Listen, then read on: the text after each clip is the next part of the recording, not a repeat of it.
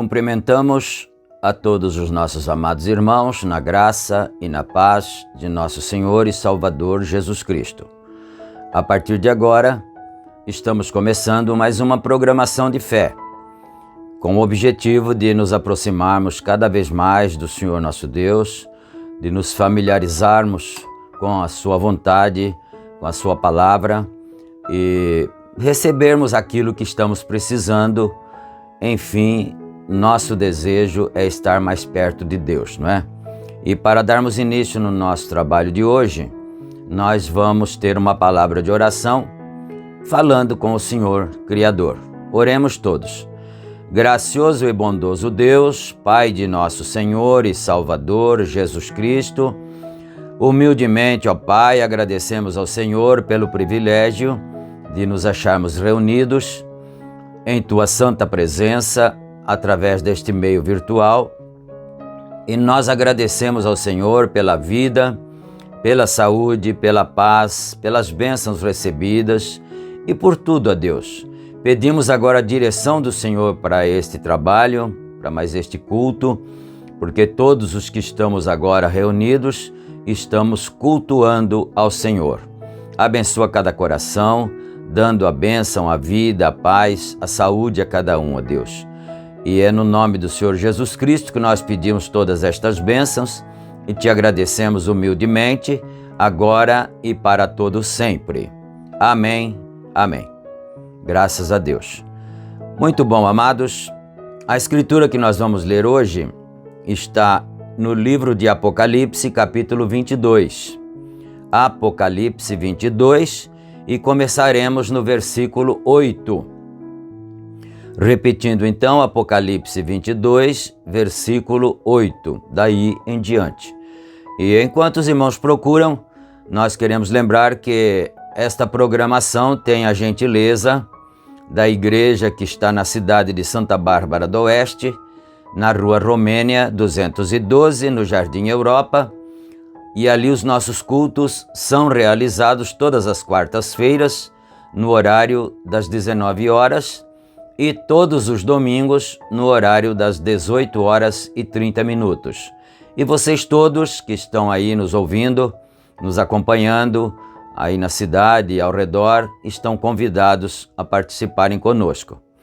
E na cidade de Campinas, o nosso tabernáculo está situado na rua Geraldo Gonçalves Dias, número 130, no Parque Residencial Shalom. Esse endereço fica bem ali em frente aos antigos barracões da Sadia, né? E os nossos cultos ali são realizados todas as quintas-feiras, às 19 horas, e aos domingos, às 8h30 da manhã. Vocês todos da região estão convidados a participarem conosco. E também lembrando que os irmãos não esqueçam, quando assistirem o vídeo, de clicar no símbolo de joia, assim, no símbolo de gostei, não é? Para impulsionar o vídeo. E também, se você não é inscrito, inscreva-se no canal, não é? Para ajudar o canal a ir para frente, não é? E também, se você quiser, você pode acionar ou ativar as notificações, todas as notificações, e você recebe o vídeo assim que ele é publicado. Nós temos 3 grupos de WhatsApp, então sempre no horário aí de 6h30, 7 horas, a gente publica as gravações, os cultos, enfim, tudo que foi publicado no canal durante o dia, nós publicamos nos grupos de WhatsApp, aí no horário de 6h30 às 7 horas da noite, né? Nesse horário aí. Mas então, se você estiver inscrito, assim que ele é publicado no YouTube, você já recebe. Então você recebe de primeira mão e já pode assistir se tiver um tempo disponível, né? E também na oração da fé, no final do culto nós teremos a oração da fé, e neste culto nós estaremos mencionando e orando em favor do nosso irmão Luiz Eduardo Paschini, que nos pediu a nossa oração, a oração da igreja, em seu favor, em favor de sua família, naturalmente, no culto passado.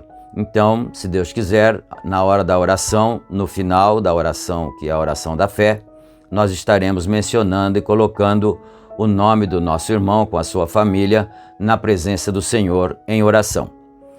Muito bom, amados. Dito tudo isto, então agora nós vamos aqui para a leitura da palavra de Deus, não é? Conforme anunciado. Apocalipse 22, versículo 8. E eu, João, sou aquele que vi e ouvi estas coisas. E havendo-as ouvido e visto, prostei-me aos pés do anjo que mas mostrava para o adorar. E disse-me: olha, não faças tal, porque eu sou conservo teu e de teus irmãos, os profetas, e dos que guardam as palavras deste livro. Adora a Deus. E disse-me: não seles as palavras da profecia deste livro, porque próximo está o tempo. Quem é injusto, seja injusto ainda. E quem é sujo, seja sujo ainda. E quem é justo, seja justificado ainda. E quem é santo, seja santificado ainda. E eis que cedo venho, e o meu galardão está comigo, para dar a cada um segundo a sua obra. E eu sou o Alfa e o Ômega, o princípio e o fim, o primeiro e o derradeiro. Bem-aventurados aqueles que guardam os seus mandamentos, para que tenham direito à árvore da vida e possam entrar na cidade pelas portas. Mas ficarão de fora os cães e os feiticeiros e os fornicadores e os homicidas e os idólatras e qualquer que ama e comete a mentira. Eu, Jesus, enviei o meu anjo para vos testificar estas coisas nas igrejas. Eu sou a raiz e a geração de Davi, a resplandecente estrela da manhã. E o Espírito e a noiva dizem: vem. E quem ouve, diga: vem. E quem tem sede, venha. E quem quiser, tome de graça da água da vida. Porque eu testifico a todo aquele que ouvir as palavras da profecia deste livro, que, se alguém acrescentar estas coisas, Deus fará vir sobre ele as pragas que estão escritas neste livro. E se alguém tirar quaisquer das palavras do livro desta profecia, Deus tirará a sua parte do livro da vida e da cidade santa e das coisas que estão escritas neste livro. Aquele que testifica estas coisas diz: certamente cedo venho. Amém. Ora vem, Senhor Jesus. A graça de nosso Senhor Jesus Cristo seja com todos vós. Amém. Nós lemos até o final do capítulo, não é? E agora, meus amados, nós vamos aqui para a mensagem que está em apreço, é a mensagem o arrebatamento, não é? Nós vamos prosseguir aqui a partir do parágrafo 82. Nós estamos estudando esta mensagem e nós vamos aqui a partir do parágrafo 82, onde estamos parados, não é? A própria palavra igreja significa chamada a sair. Como Moisés chamou uma nação de uma nação, o Espírito Santo está chamando uma noiva de uma igreja de uma igreja, membros de toda denominação, compondo uma noiva, árvore noiva. Está na fita a árvore noiva, a noiva saindo chamada. E essa é a que é a árvore noiva, a noiva, melhor dizendo, é aquela que estará no arrebatamento. Isso somente, nada além da noiva. Os eleitos conhecidos de antemão por Deus desde o princípio, os genes espirituais do Pai. Vamos parar aqui só por um minuto. E eu fico nervoso pensando que vou segurá-los por demasiado tempo.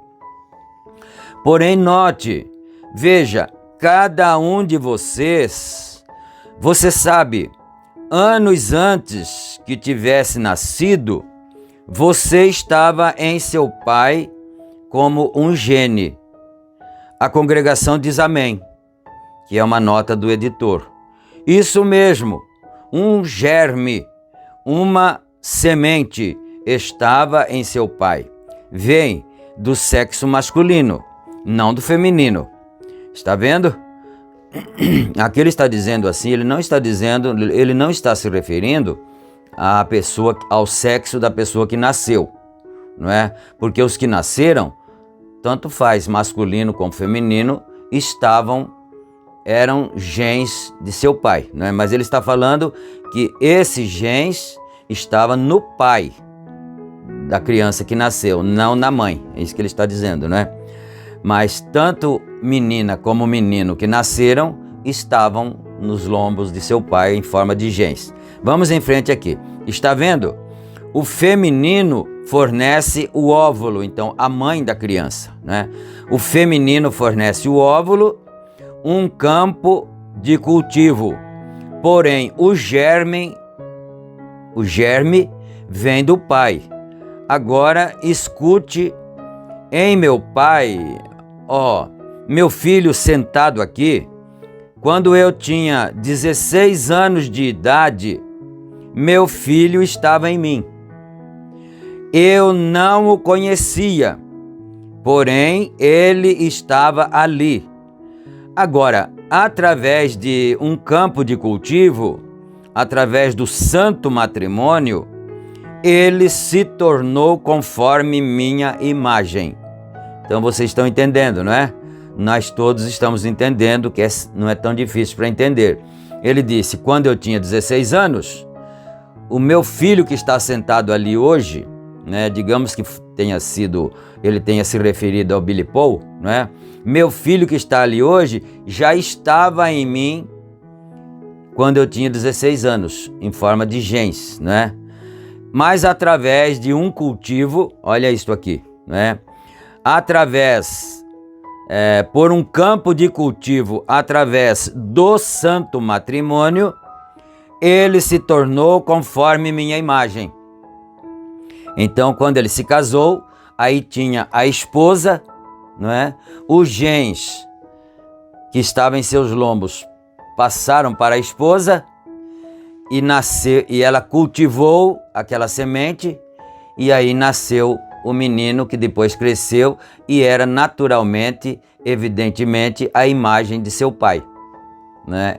Isso é maravilhoso, parece uma coisa simples, mas você leva isso para o espiritual e você vai ver quão maravilhoso é isso, não é? Então, conforme minha imagem, e eu o conheço, eu posso ter companheirismo com ele, e ele veio exatamente no tempo quando era o tempo certo. Então, quando ele vai falando dessas coisas naturais, você logo vai pensando nas coisas espirituais. Ele veio exatamente no tempo certo. Aí você pensa assim, mas eu estou vivendo agora aqui nesse tempo, neste século, eu estou falando agora aqui no século 21, né? Mas quando o profeta de Deus pregou esta mensagem, era o século 20. Então não importa qual seja o século, né? Importante que nós estamos vivendo aqui agora e nós viemos, tanto eu como você, como qualquer um, viemos ao mundo no tempo certo. Não é? Isso é muito bom a gente guardar isso. Agora, assim esteve você. Se você tem vida eterna, você foi em Deus, antes mesmo que houvesse um mundo, você é uma parte, um filho de Deus, um atributo de Deus. Ele sabia que ele sabia a exata era em que você viria. Ele o predestinou para essa era, para ocupar esse lugar. E ninguém mais poderia ocupá-lo. Não importa quantas personificações e coisas tais, você tem de estar ali porque ele sabia que você estaria ali. Agora você está manifestado. Então, isso é maravilhoso porque eu penso assim, ninguém poderia estar ocupando o meu lugar em tempo nenhum. Ninguém poderia estar ocupando o teu lugar em tempo nenhum. E cada um deveria ocupar o seu próprio lugar no seu próprio tempo, né? Isso é maravilhoso. Eu estou pregando aqui para vocês agora, né? Ninguém poderia estar fazendo isso aqui agora. Teria que ser esta pessoa. E assim sucessivamente. Isso não é maravilhoso? Esses ensinos do profeta nos deixam alegres. Por sabermos estas coisas que você nunca ouve essas coisas. Em pregações, em grandes multidões, que não seja a mensagem do profeta de Malaquias 4, não é? E nós já lemos também que não seja o anjo de Apocalipse 10, verso 7, não é isso? Manifestado, agora você pode ter companheirismo com ele. E é isso que ele quer. Ele está anelando companheirismo, ser adorado. Porém, se sua vida não esteve sempre como um atributo em Deus, você é só um imitador do cristianismo. Isso aqui é triste, mas é real. Não é? Quando ele fala você, ele quer dizer qualquer pessoa, qualquer um. Se eu não houver estado lá, então eu serei apenas um imitador do cristianismo. E você também, todo mundo. Isso é triste, mas é certo, é verdadeiro, não é? Haverá milhões e bilhões deles. Eles serão apenas imitadores do cristianismo.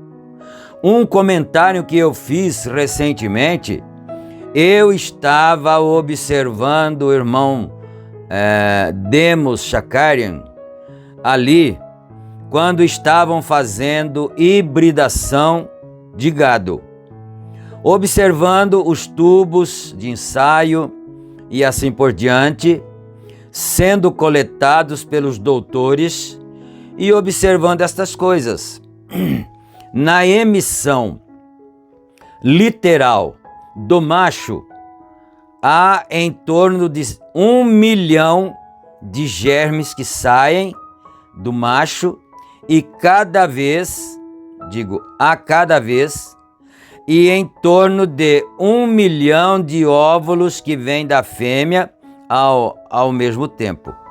Porém, você sabia que em todos aqueles pequenos germes movendo-se continuamente, 1 milhão deles, só há um deles ordenado à vida? Agora eu até me arranjei aqui no meu assento, não é? Você já pensou nisto? Entre 1 milhão de germes, só tinha um que era ordenado para a vida. Olha isto aqui. Isso aqui é muito profundo. Você já pensou o que é ser predestinado? O que é ser eleito? Ser eleito não é que eu passei por uma igreja agora, eu passei por tabernáculo, agora eu sou eleito. Não, não é isso não. Ser eleito não é isso. Não é se unir a qualquer grupo, a qualquer companheirismo. Isso não é ser eleito, não. Ser eleito é ter estado lá, desde antes da fundação do mundo, nos lombos de Deus. Isso é que é ser eleito. Agora, ele diz aqui, dentre 1 milhão de germes que estava nos lombos do Pai, um só era o eleito para sobreviver, para nascer, né? Que ele está falando de inseminação aqui. Então, só há um deles ordenado à vida, e há só um óvulo fértil. No óvulo também, não é? 1 milhão de genes e 1 milhão de óvulos. Só um óvulo fértil e só um genes fértil. Agora, vamos pensar um pouquinho, que eu não fui para frente ainda, e vamos ver se ele vai falar isso, mas vou adiantar aqui. E os outros 999.999 genes, como que ele iria acertar o único óvulo que era predestinado para viver? Ora, se já é difícil 1 em 1 milhão, e agora como que esse ainda vai encontrar o outro companheiro dele, o parceiro dele, que é lá o óvulo, entre 1 milhão também? Vamos ver se ele vai falar isso aqui, né? E aquele pequeno germe arrastando, ele vai falar. Aquele pequeno germe arrastando-se passa por cada um daqueles outros pequenos germes, bom, entre eles ali os germes, não é? Masculinos. passam por aqueles outros pequenos germes, bem por cima de cada pequeno germe, parecendo-se exatamente como ele, e vem por cima desse e vem aqui e encontra aquele óvulo fértil e entra nele. E então todos os demais morrem. Então esse pequeno germe, entre 1 milhão, se arrastou e procurou e deu um jeito, não é? Com alguma inteligência inexplicável, e encontrou o óvulo que também estava ali, só ele entre 1 milhão de óvulos. Aleluia. Ora, fala-se em nascimento virginal. Oh, não. Aqui, uma vírgula aqui. Não é misterioso? Nem a metade do que um nascimento físico, como é pré-ordenado, predestinado por Deus. Deixa eu voltar aqui um pouquinho para eu ver se eu assimilo perfeitamente, né? Mais um pouquinho para trás. Aqui. Ora, fala-se em nascimento virginal, vírgula. Não é misterioso nem a metade do que um nascimento físico. Então isso aqui foi profundo para mim, viu? Que o profeta está dizendo aqui. Ele disse, olha, fala-se no nascimento virginal do Senhor Jesus Cristo, né? Mas não é misterioso nem a metade. Ele falou a metade? Falou. Não é misterioso nem a metade do que um nascimento físico. Aí você diz, mas é isso mesmo, irmão Brana? Né? É isso mesmo? É claro que é isso mesmo, porque ele já acabou de dizer para nós. Nesse mistério de um óvulo entre 1 milhão e um germe entre 1 milhão, e os dois se encontrarem. Então, esse mistério é maior do que o nascimento virginal ainda, né? Que também foi um mistério, né? Como é pré-ordenado, predestinado por Deus. Agora, no princípio, bem lá no passado, muitos anos atrás, antes que houvesse começado um tempo, se você é um cristão nascido de novo, esta noite você estava em Deus, então seu Pai. É por isso, quando você entra nessa vida aqui e professa o cristianismo, bem, tudo dando errado, você se perguntava por que era isso e tudo isso, e isso você se perguntava a respeito. Porém, um dia algo tocou-lhe. Que foi isso? Aquela vida que estava ali embaixo desde o princípio. E se isto, reticências. Como meu pequeno relato acerca da águia, encontrando a sua mãe, encontrando a águia. Vocês me ouviram pregar sobre isso, como aquela águiazinha foi chocada sob uma galinha. Porém, seus hábitos, ao tentar alimentar aqueles frangos, a águiazinha não conseguia engolir isso, porque ela não era um frango, para começar. Ainda assim, ela estava no cercado com os frangos e seguia a galinha. Porém, ela ciscava no curral e coisas tais, e a águiazinha não podia suportar isso. Porém, toda vez que ela cacarejava e tudo mais, todos os franguinhos iam, assim ia ela também. Porém, um dia, sua mãe sabia que tinha posto 2 ovos, não um. Tinha de haver outro em algum lugar. Ela foi procurá-lo. voando em derredor, circundando. Finalmente ela veio sobre o curral e ela encontrou seu filhotinho e gritou para ele. Então ela tinha posto 2 ovos, a águia, não é? E depois, numa outra mensagem, ele disse que um caçador encontrou e levou um ovo, não é? Da águia. E ficou só um então lá, e aí ela não sabia onde estava o outro. E ela disse, mas são 2, né, predestinados, são 2 eleitos, e eu tenho que achá-lo. E ela começou a sobrevoar a mata, sobrevoar, não achava, olhando com seus olhos de águia, né? Um dia ela resolveu sobrevoar o curral, o quintal lá, quem sabe de uma fazenda, de algum sítio, alguma coisa assim, né?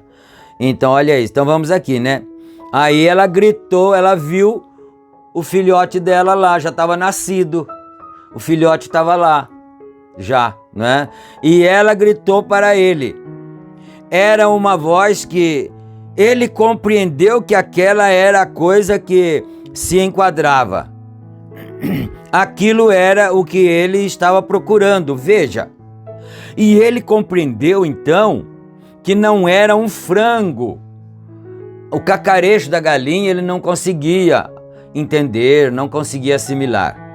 Mas quando a águia gritou, piou lá em cima, ele compreendeu, falou, aí está a resposta para as minhas dificuldades, né? Então ele compreendeu que ele não era um frango, aleluia, ele era uma águia, e é dessa maneira, todo cristão nascido de novo, quando você vem, não me importa a quantas denominações você se uniu, quantos nomes você pôs seu nome nos livros e coisas tais, quando essa palavra genuína de Deus é vindicada e demonstrada ser a verdade perante você, assim você compreende que é uma águia.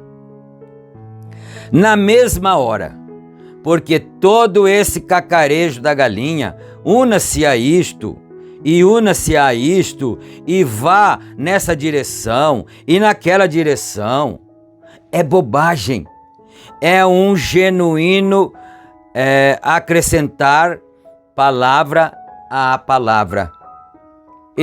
Tudo isso que se ensina, faça isso, faça aquilo e tal, ele está dizendo aqui, é tudo um acrescentar palavra sobre a palavra, que não pode acontecer, porque quem acrescenta, as pragas escritas na Bíblia se acrescentarão sobre ela. E quem tira, as partes do livro da vida, da árvore da vida, serão tiradas dela. Então não pode nem acrescentar e nem diminuir, não é?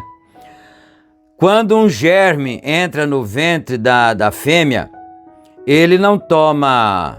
Você não se tornou um germe humano do seu pai, e então a próxima coisa você se torna um germe de um cão. Bom, se era germe de cão, né? Você se torna o germe de um cão. E a próxima coisa de um gato, a próxima coisa é de um frango. Foi tudo germe humano. E o corpo de Jesus Cristo, a noiva, será parte de seu corpo. O que será? Ele foi a palavra e a noiva terá de ser a palavra. Palavra acrescentada à palavra, a justificação de Lutero, a santificação de Wesley, o batismo pentecostal do Espírito Santo, restauração dos dons, e todo o restante acompanham isto. Está vendo? Tem de ser palavra em cima de palavra, germe em cima de germe, vida em cima de vida, para apresentar a estatura completa da noiva do Senhor Jesus Cristo. Agora, lembre-se, você era um atributo. Glória a Deus. Nós éramos um atributo. E agora, o negócio é, depois que nós verificamos estas coisas, que Cristo está vindo por sua noiva, agora, como nós entramos nessa noiva? Essa é a questão. Muitos dizem, una-se à nossa congregação. Um deles quer um certo tipo de batismo, um quer fazer isto ou aquilo. Um disse, você tem de falar em línguas, ou não o recebeu. O outro disse, você não tem que falar em línguas. Este diz, você tem que dançar no Espírito. Este diz, você tem que gritar. Este ter uma sensação. Então cada grupo tem lá a sua maneira de interpretar como é que se entra, que se faz parte da noiva, da igreja verdadeira, que é o corpo de Cristo, não é? Um acha que tem que fazer isso, outro tem que fazer aquilo, tem que gritar, tem que dançar, tem que sentir arrepios, tem que falar em línguas estranhas, né? Enfim, né? Cada um tem a sua maneira de interpretar. Tudo está bem. E então, ainda assim está tudo errado. Quer dizer, tudo isso está bom, tudo isso é bom na igreja. Se você sente aquela alegria e grita, isso é bom. Se você sente aquela alegria na alma e fala em línguas, isso é bom. Tudo é bom. Mas ainda está faltando alguma coisa, né? Ainda está tudo errado. Como poderia um homem ou uma mulher, ou um filho de Deus, que nasceu do Espírito de Deus, negar a palavra de Deus? Quando o próprio Deus a interpreta e diz, é isso, ou é isto, eu prometi isto, aqui está mostrando simplesmente tão claro quanto possa. Aqui tem um ponto final. Deixa eu reler isso aqui, não é? Aqui está mostrando-a simplesmente tão claro quanto possa. Ponto final. Ora, eles estão destinados a ver isto. Está vendo? Como poderia Cristo negar sua própria palavra? Quer dizer, se Cristo está em você, se a vida de Cristo está em mim, como é que eu poderia negar a palavra de Cristo? Não é? Então é isso que ele está fazendo esse questionamento. Como você pode negar a própria palavra? E se Cristo está em você, ele não pode negar sua própria palavra, porque ele está aí. Ele não vai negar-se a si mesmo, porque ele é a palavra, ele é a própria palavra. Então, como entramos nesse corpo? 1 aos Coríntios, capítulo 12.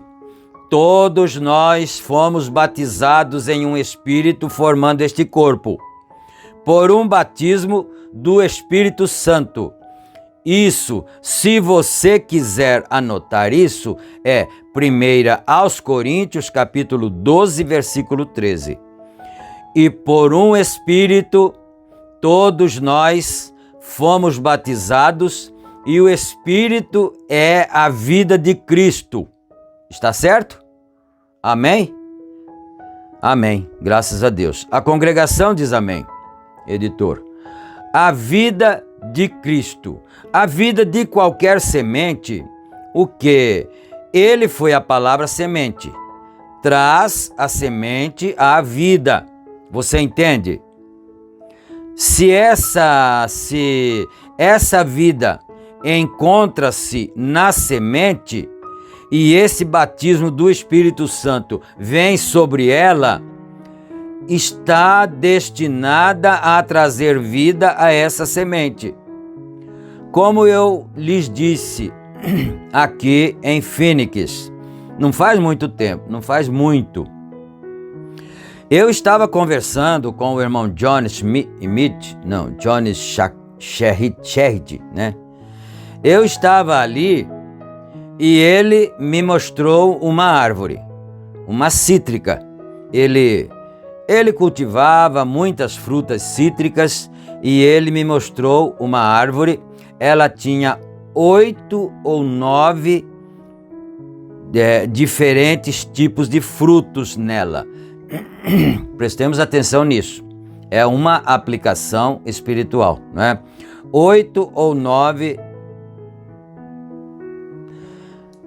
dá licença um pouquinho que o cronômetro está atualizando lá e depois a gente não vê a hora, não é? Continuar. Bom, já estamos terminando então. É que o cronômetro ali parou e depois a gente não vê a hora, ele está atualizando, né? Bom, ela tinha então, essa árvore do irmão lá, tinha 8 ou 9 tipos de frutos cítricos nela, nos cachos, nos galhos, não é? E eu disse, irmão Sherrit, que tipo de árvore é essa? Disse, uma laranjeira, que eram frutos cítricos, não é? É uma laranjeira. Eu disse, por que estão o limão e a tangerina e a poncã e a toranja? Ele disse, são todas frutas cítricas, elas estão enxertadas. Eu disse, entendo. Agora, no próximo ano todas terão laranjas? Todas terão laranjas? Aí aqui no 95 ele diz, não. Cada árvore dará cada galho dará seu próprio fruto. Muitos de vocês, cultivadores de frutos, sabem disso, aqui nesse vale de árvores cítricas. Ele dará o seu próprio, ponha um galho de limão numa laranjeira, ele dará limões, porque é a natureza de um fruto cítrico. Ainda assim, ele não dará o fruto original. Então ele está mostrando aqui para nós o tipo de crente que existe no mundo, não é? Se todos estão recebendo a vida da árvore tronco, e a árvore tronco é o Senhor Jesus Cristo. Ele disse, eu sou a videira e vós sois os galhos. Então, cada galho desse está usufruindo da vida que está no tronco. Mas a natureza desse galho é que faz a diferença. Então eu preciso andar rápido para nós chegarmos no final do parágrafo, né? Ainda assim, ele não dará o fruto original. E é isso que nós fizemos.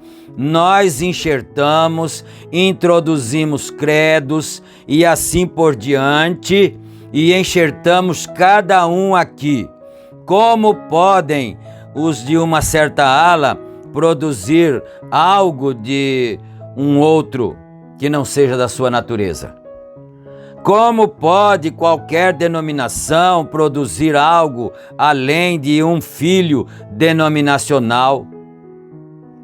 Se a natureza é isso, vai produzir frutos disso, com essa mesma natureza, não é? Porém, se essa árvore vier a soltar um galho original, ele produzirá laranjas. E então, se Deus vier a fazer algo na igreja, será original, de volta com a palavra novamente, exatamente, tem de ser, porque a vida está na árvore e ela produz sua própria espécie. Então, isso aqui é muito profundo e muito tremendo para nós aprendermos isso, né? Deixa eu olhar aqui que fechou, não é? Pronto, né? Já estamos terminando também. O cronômetro estava atualizando e apaga a tela e a gente tem que desviar a atenção para olhar no cronômetro, né? Mas então, vamos pensar nisso um pouquinho. Vamos arrematar com isso aqui, não é? Que 8 ou 9 frutos em uma árvore só, era uma laranjeira. Digamos que a laranjeira era o tronco que é Cristo. Nós vamos fazer uma interpretação aqui do texto, não é? A laranjeira, digamos que era Cristo, é o tronco. E aí nela foi enxertado tangerina, foi enxertada limão, foi enxertado outros tipos, né? Ele diz toranja, outros tipos de frutos cítricos, não é? E então, o que aconteceu? Esses galhos que foram enxertados, eles sobreviveram e a seu tempo, então no tempo da colheita, eles deram seus frutos. Então lá um galho tinha tangerina, outro galho tinha limão, outro galho tinha toranja, outro galho, digamos, fosse no nosso dia aqui, poncã, né? E laranja-pera, laranja baiana e assim por diante. Então o irmão Brana perguntou para o irmão citricultor, como é que pode isso? Ele disse, é porque elas sobrevivem com a vida do tronco. Elas sugam a seiva do tronco. Mas, aí o irmão disse, mas se esta árvore der um galho, um broto do tronco dela mesmo, aquele tronco vai produzir laranjas. Então, não é difícil entender o que o profeta está tentando nos explicar, né? Que todo o evangelho, de um modo geral, tem produzido esses galhos. Cada um de uma certa aparência, um certo sabor e assim por diante. São galhos de religiões, galhos denominacionais, mas todos eles estão enxertados no mesmo tronco que é Cristo. Só que esses frutos que eles produzem não são os frutos originais do Evangelho.